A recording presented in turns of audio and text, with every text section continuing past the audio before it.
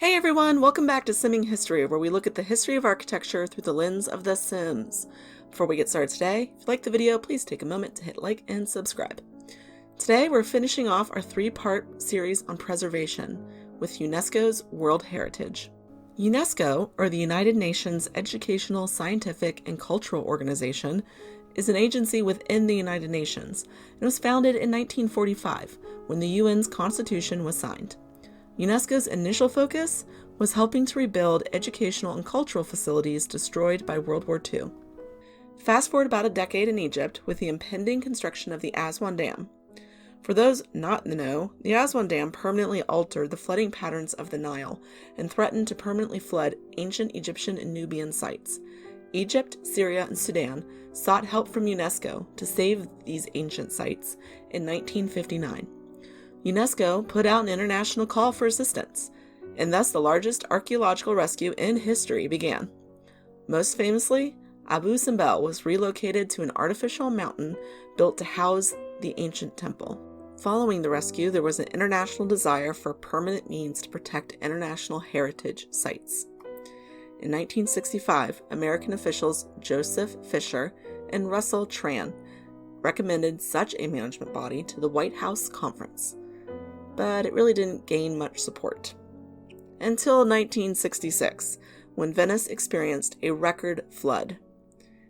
A massive restoration of Venice was undertaken and funded by, among others, UNESCO, the Italian government, and the World Monuments Fund. The idea for an international body was reintroduced after saving Venice. And on November 16, 1972, so its anniversary is just right around the corner, UNESCO adopted the Convention Concerning the Protection of the World Cultural and Natural Heritage. In 1978, the World Heritage List was created, and 12 sites were inaugurated, including Aachen Cathedral, the Galapagos Islands, and Yellowstone National Park. As of this video, there are 1,223 listed properties in 168 countries. They are organized into three categories: cultural, natural, and mixed. Yearly conventions are held to consider new sites for listing, and the 46th session of the World Heritage Committee was held this year in 2024 in India, and out of the 27 nominated sites, 24 new properties were inscribed, 19 cultural, 4 natural, and 1 mixed site. To be inscribed, a property must be nominated by their country's advisory body. In the U.S., that is the Office of the Secretary of the Department of the Interior, the very same office that oversees our preservation. They submit nominated sites to UNESCO, and those sites are then voted on at the convention. From UNESCO, quote, "To be included in the World Heritage List, sites must be of outstanding universal value and meet at least 1 out of 10 selection criteria. 1. To represent a masterpiece of human creative genius. 2. To exhibit an important interchange of human values over a span of time or within a cultural area of the world. 3. To bear unique or at least exceptional testimony to a cultural tradition or to a civilization which is living or has disappeared. 4. To be an outstanding example of a type of building, architectural or technological ensemble, or landscape. 5.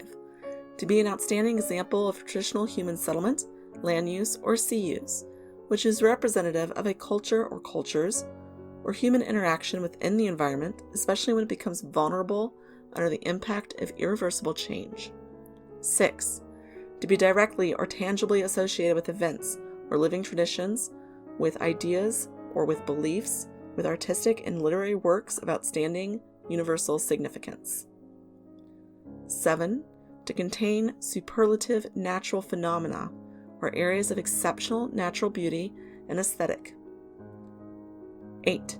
To be outstanding examples representing major stages of Earth's history, including the record of life, significant ongoing geological processions, or significant geomorphic or physiogeographic features. 9. To be outstanding examples representing significant ongoing ecological or biological processes in the evolution and development of terrestrial, freshwater, coastal, and marine ecosystems.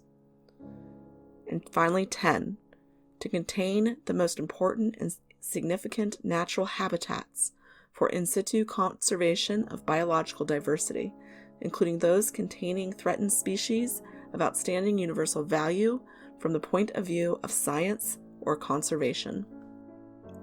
Once listed by the convention or during the process, sites may receive some suggestions for maintenance or preservation.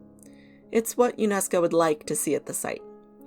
And it's in your interest to follow that. The biggest unofficial rule: the historic context must be maintained, preserved, or even restored at all costs. It's why they rerouted a whole highway for Stonehenge. So, why be listed? There are pluses and minuses to being listed. A big minus is the level of tourism can be so great that these sites as to cause harm to the preservation of those sites, like at the Colosseum. A big plus, though, is the economic advantage. Being listed equates to a lot of money. A lot of money. Which brings us to the fire at Notre Dame in Paris. Afterwards, Macron announced there would be a competition for a new modern spire. But nothing came of that, did it? In fact, they are restoring the roof exactly as it was, and anyone who has dealt with a World Heritage Site expected nothing less. They would have risked being delisted otherwise, and delisting equals loss of money. Because yeah, sites have been delisted from World Heritage. Which finally brings us to the build. I am building the Port of Liverpool building at the Liverpool docks, aka the Liverpool Maritime Mercantile City, which is not a World Heritage Site, or at least they aren't anymore. Liverpool was originally designated a World Heritage Site in 2004, specifically the docks. However, after years of development, including a massive football stadium, high-rise condos, and a museum right in the middle of the historic site, UNESCO stripped their status in 2022, citing irreversible loss to the historic value of the docks. And this was not without warning. UNESCO had warned Liverpool their development plans for the docks placed them at risk, and they were even listed on the list of World Heritage in danger in 2012. And yet, the city proceeded anyway. The buildings all still maintain their British historic grades, which we've talked about in the previous video, but they are no longer listed as World Heritage. So in conclusion, how does preservation with World Heritage work? Well, as we've discussed, they have a very clear criteria for what can be a listed site. They really don't have a strict set of rules for what you can do with the property afterwards, or how preservation should work. They just simply warn you and then eventually delist you if you place the property at risk. So thanks for joining me today as we looked at how UNESCO handles preservation across the world. Our primary source for today's video was UNESCO, but also Britannica and even the National Park Service. Links are below for more info. If you are new, please hit subscribe. If you've recently subscribed, thanks. If we hit 1,000 subs, and we are getting close, I will do a live build. So subscribe, share. I'll see you all next time. Until then, bye.